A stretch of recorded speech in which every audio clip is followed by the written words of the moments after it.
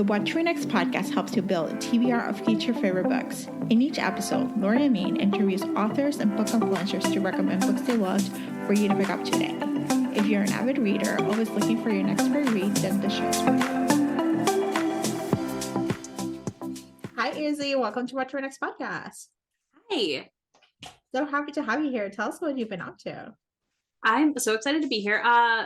Mostly I've been putting together this challenge, which is what we were talking about when you invited me to come on, called Read What You Own. Because I personally, like every other reader, I feel like is overwhelmed with how many books I've purchased since especially since 2020. Mm-hmm. Like it kind of increased exponentially in 2020. And I realized that I was not reading the books I owned and instead was circulating 5 books in and out of KU and reading the same ones and keeping 15 checked out that I've had for months at a time. Or, oh, I got this on sale. It just came out. And then it's 2 years later and I still haven't read it.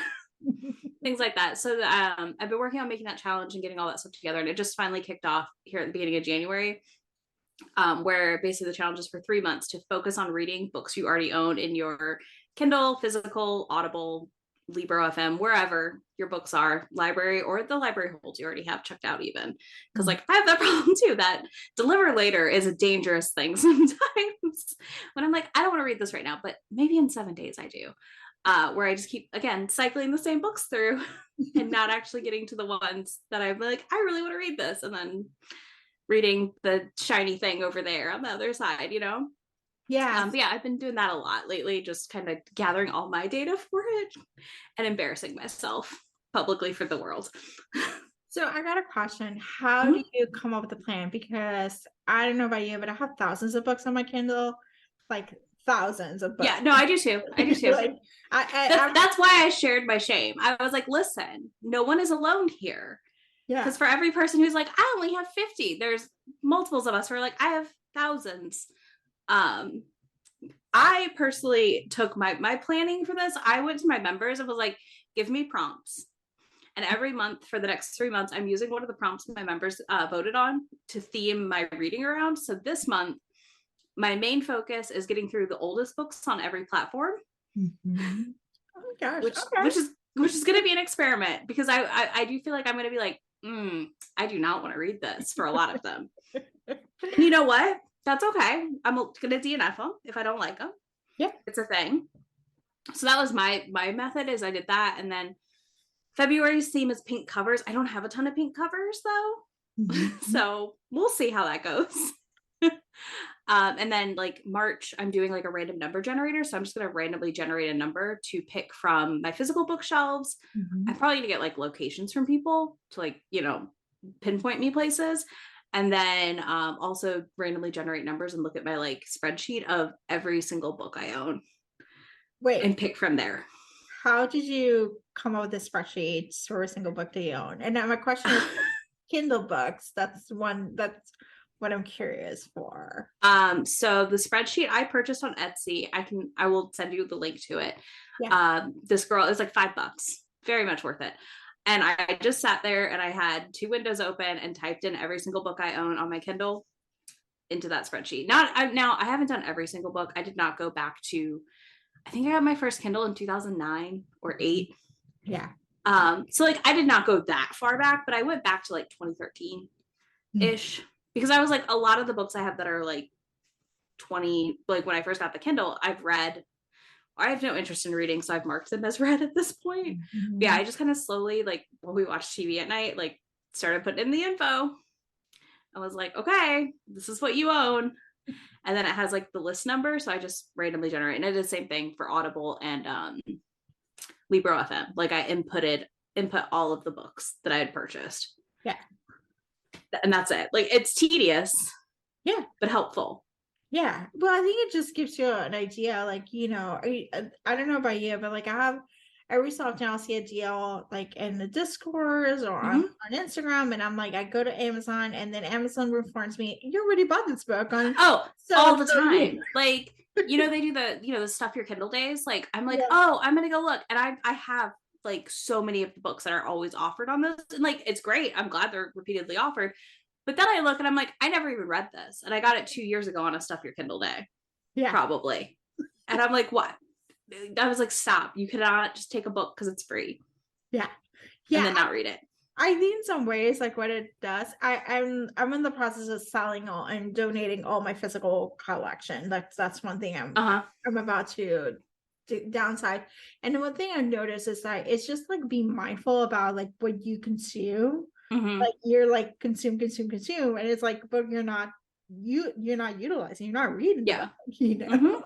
Yeah, you're like, oh, I'm gonna consume this eventually, but I'm also gonna read the 5 other shiny things over here. Yeah. And that is my struggle. And that was part of the challenge. I was like, I want to organize this in a way where like I can still read my way through the month, but I have like some structure of like, these are the mangas off my shelf I'm picking up. These are the, again, oldest on my TBR, but I'm still going to like dip around to other books on my Kindle. Like, I'm not just going to be like, okay, you're only reading the old, which kind of just lets me mood read through, because I have my Kindle organized in collections for each subgenre of romance and different and non-romance stuff. So I'll just be like, okay, I'm in the mood for whatever paranormal, gonna go in the paranormal collection and be like, what do I have over here? What looks good still, maybe read a few pages. If I don't like it, just mark it as read and move it out of the unread collection. Like, quickly move on. It doesn't need to be like complicated, And so collections, you can do that for the Kindle Paperwhite or just the Kindle app? Oh, okay. You can do it on the Paperwhite. I recommend doing it on the app. It's easier because you can like select a bunch versus on the you can also do it on the computer, but I don't think it's as intuitive. But pretty much on an iPad or your phone is the most intuitive. And you just make the collections. And I recommend like a TBR collection and a read collection for each category. So that as you read it, you move it from that collection to the other one. And then if you're like, looking for something, like somebody's like, hey, do you have a recommendation? You can be like, oh, hold on, and go look through your collection of read ones and be like, here's a book. This is so like, I feel like this is like a really good episode of like really good tidbits of like how to organize your Kindle collection, how to use your stuff, how to read. I mean, it's me organizing my ADHD brain at the end of the day. Yeah. Because like when you make videos and content, you're like, oh crap, what did I read and what was the trope? And like you have to put it somewhere. Yeah. Otherwise you're never gonna remember. Yeah. So like that's my method, is I'm like, okay, if I'm gonna do a contemporary rec video, let me go look at my read Kindle contemporaries, because it's gonna be longer than like the past year on Goodreads. Yeah. If I look at like what I've recently read, right? So it's just quicker to be like, okay, here's what I've got. Yes. I love this. All right, so let's chat some book recommendations. Do you have any books to recommend? Yeah, of course. This was fun. So I did a theme, and I decided to go with the books that surprised me last year that I wasn't expecting a ton from. And all of these are on KU, so that you don't spend money on them. And you could, if you were doing the challenge, reward yourself with books easily. Okay, so yeah, I did 3 that surprised me last year, because I had some standout, like a lot of these will be in my favorites of the year, but like they just were ones I didn't expect to love as much as I did, if that makes sense. Like I picked them up on like that whim of like, I saw a funny TikTok about it, or just like a snippet, and I was like, ooh, I'm curious. But then often those books I hate. So I was like, this is so exciting, these aren't bad. Which sounds so mean. Like, no, but like in a good way. I just feel like sometimes you get the snippet and like that's the only good thing in the book. Yeah. Like that's the best moment, and you're like, oh crap, why did I pick this up? Because TikTok told you, I know. And TikTok tells you sometimes, just like you need to read the thing. So you do. So the first one is called The Crescent Spell by Zoe Abrams. This is a fantasy romance. Why choose? If you are a fan of Howl's Moving Castle, in particular, this has like a very inspired world by that, but again, why choose romance? So there's 3 different heroes, and we follow a girl's journey as she finds out she has magic powers and has to like kind of go on the run with these guys in this house that moves around, and also learn about like the magical world that's been like kept out of the city she comes from. So she like leaves that and is like learning a lot of things that were kind of just kept from them where they live. Like magic's not as much of a thing as it is like outside the bubble of their city. So they go on the run, and there's like a lot of intrigue, political intrigue-y stuff where like the queen wants her, and like they trap her and she has to go through trials. And we ended the book with her finishing her trials, and I'm like dying for the sequel. But it was one of those things where I was like, I'm a big fan of Howl's Moving Castle and all the Studio Ghibli movies. So I was like, this is either going to be amazing or I'm going to be angry. And I left it just like, this was so fun. And it gave me everything I wanted from like that fantasy romance that isn't just like fairies.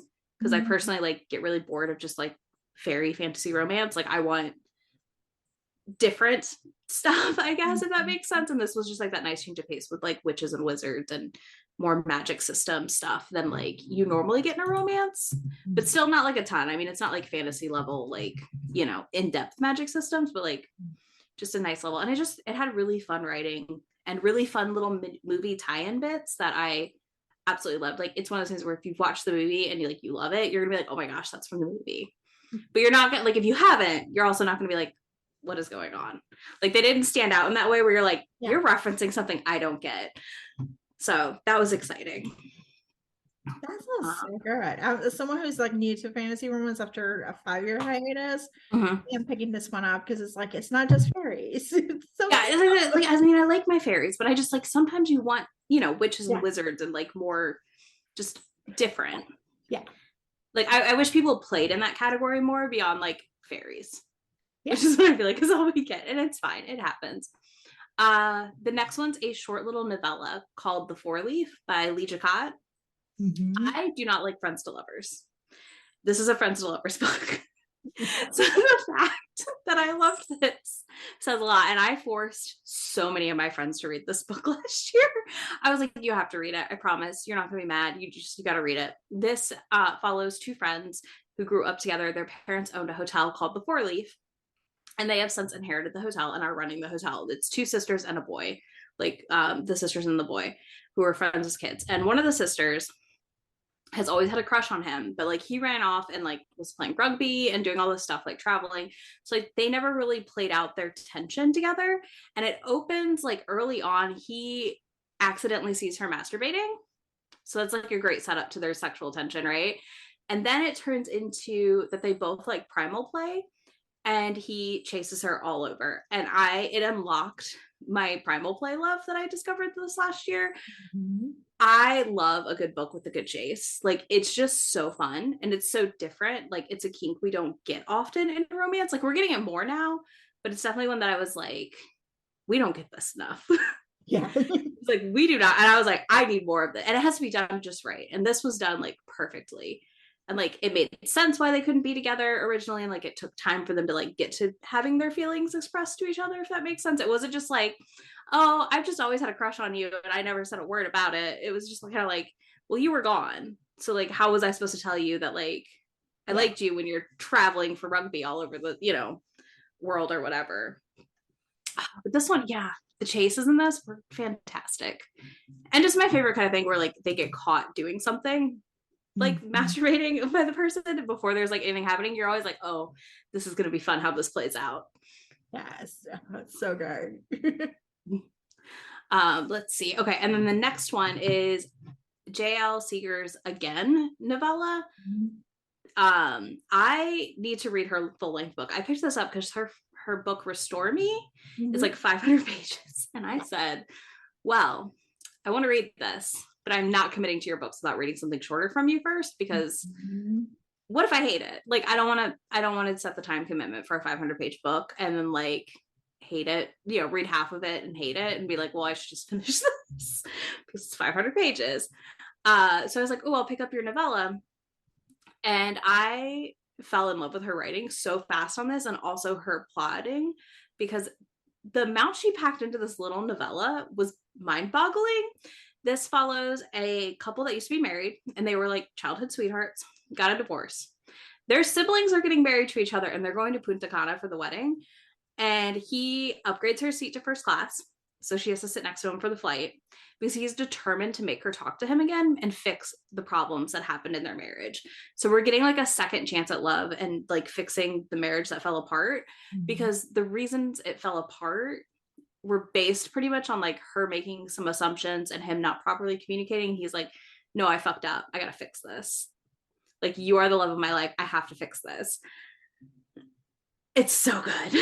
It's so good. So good. There's something to be said about divorced couples having a second chance and be like, actually, we're gonna fix the problem, you know? Well, and I think it should, like, as somebody, like, if you've been in a relationships or in a long-term relationships, especially, like, you're in a fight, like things happen. But like a second chance marriage, like, or marriage in trouble for me, like it hits that spot, I think, because we don't get them a lot either. Yeah.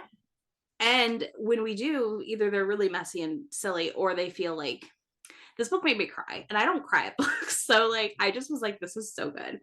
Big content warning though for infertility discussions. Yeah. And that was part of their marriage issues. And I think her other book also has infertility in it. So just like know that going in, if that's one of your like nopes, or hard to handle things. Cause it's, I get it. That's a hard topic. And I was just like, it was done so well though. I cried and I was like, I love this book. So I cannot wait to read her other book, probably next month. Yeah, I had Restore Me as one of those books. I found it on Script for the audio because I figured like it's a long book. I can actually handle audio. And so, but I think the other part is intimidated. It's a 15 to 16 hour audio. And I'm like, can we spend 16 hours with this book? But now you're telling me that she does get some good plotting. I think so. I mean, I know Brie loved it from In Love and Words also. Yeah. And she's why I realized it was on Script. And I was like, oh, well, I'm going to listen to it soon then. But I also was like, when I first saw that book around, I was like, oh, I do want to read this. Restore Me sounds so good. And I was like, oh, you have a novella? I was like, yes, please. Yes, please. I do not want to start with your 500-page book. But yeah, I was surprised. And as a debut, like that's her second book. I was like, Restore Me is her first book. I was like, she's good. She's got some craft like going there. There we go. Oh, so good. So Izzy, tell us where we can find you online. Okay. Let's see. I am pretty much everywhere. I feel like I don't know if there's a social I'm not on, but my Instagram, TikTok, Twitter are all Isabel is all right. And then my YouTube is Happy for Now. So those are mainly where I'm at. I'm mostly on YouTube and I'm not super, super active on Instagram. I try, but it's a lot of effort. And then I'm more active, I would say, on TikTok than Instagram at this point, because it's just easier to me to just post like a quick video than to like take a picture. I don't know why. The logic isn't there, but it for some reason in my brain. It is okay. So tell us about your channel. Like what kind of content can we find your channel? So I talk mostly about romance books pretty extensively, but I do also read other genres. And I also read a lot of manga, and I love talking about the manga I read and stuff and sharing that with people and helping people like explore that format of reading. Cause like I do think it's it's coming back big right now on BookTube, but for the last 2 years, it's been something that I've just absolutely loved falling back into after like leaving it when I was no longer a teen with my parents able to buy it all for me because can be expensive. But yeah, I talk a lot about romance. I would say I lean heavy on like monsters, paranormal, and other things. I don't read a ton of historicals or any of that, like more contemporary stuff. And I'm trying to read more historicals this year. We'll see how that goes because I just burned out on them like in 2020, big time. So I've just like not really touched them, but I read pretty widely and across the board. I love my Kindle Unlimited books also.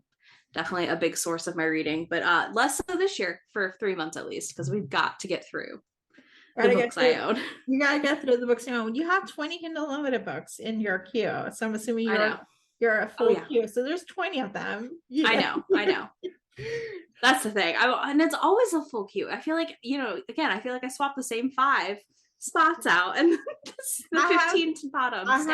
There's a method to my madness for my KU is that I have different wish lists and I have like different wish lists for KU books, so then I can actually go back to reference them. And then my only problem is like I'm afraid of if I don't read them, they might just leave KU. I have the same fear. I like check the thing out. I check them out then, and I'm like, okay, I can't return it until I read it because if this leaves, I'm gonna be really sad. Yeah, it happened to me. Icebreaker was like a big hit, like a big hit, book talk, like a few months ago. And so I borrowed it, and then I was like, it left KU because it got bought by Simon & Schuster, and I was like, oh my gosh. I was like, I got the audio, and I was like, let me just see it. And I went to see the book, and the book went from $3.99 to $9.99, which I think it's highway robbery. That is wild. Yes, I think it's like it's I have strong feelings about this whole pricing. I don't. Do you feel like they really did that much to it either to then re-release it probably and up the price? No, they just produced the audio. That's what they did, which is like another way, and then another That's income stream. wild. They did not edit because I ended up reading it because I ended up finding out that I was like, I went to my Kindle and lo and behold, it was still in KU, and I was like, oh, I still have it. So I read the book, and the book is okay. You know, it has its problems, has its issues, but they didn't do editing. They didn't do, like the whole developing of the book. They just like bought the rights and then they just like up the price. No, and that's annoying because like Source, or no, not Source, Bloom Books Books, yeah. has been buying. Don't ask me why my brain keeps wanting to make them Source Books, and I'm like, it is not Source Books. Source Books owns Bloom Books, so it's. I know, and I'm like, I know it's like not the same, but whatever. They've been keeping everything in KU that they're picking up. Yes, because but I actually saw one author talk about they may keep the rights. So Source Books or Bloom Books is owning the print rights, and so they're distributing to different places. And then the author can keep the rights for ebooks. And so if they keep the rights, they might just keep it on KU. I think I like that part of what Bloom Books is doing a lot. I think it's smart. And I'm surprised. That's where people are finding the books.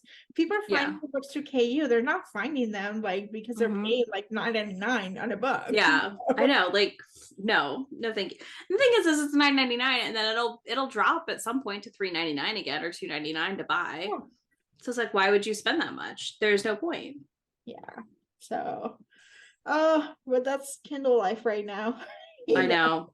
I know you have to like jump on things if you feel like they're going to be popular because it might not be there in a month. Yeah. So, well, thank you, Izzy, for being on the show. Yes, absolutely. If you enjoyed this podcast, feel free to share with friends, subscribe, rate, and review the show. This is the easiest way to support the podcast. For a list of books mentioned and other romance recommendations, please visit whattoreadnextblog.com. Did you know you can purchase audiobooks directly from your favorite local bookstore? With Libro.fm, you can pick up more than 250,000 audiobooks, including bestsellers and recommendations from real booksellers. You'll get the same audiobooks at the same price as the largest audiobook company, you know the name, but you'll be part of a different story, one that supports your local community. If you're new to audiobooks, there's a perfect way to squeeze into more reading into your busy life.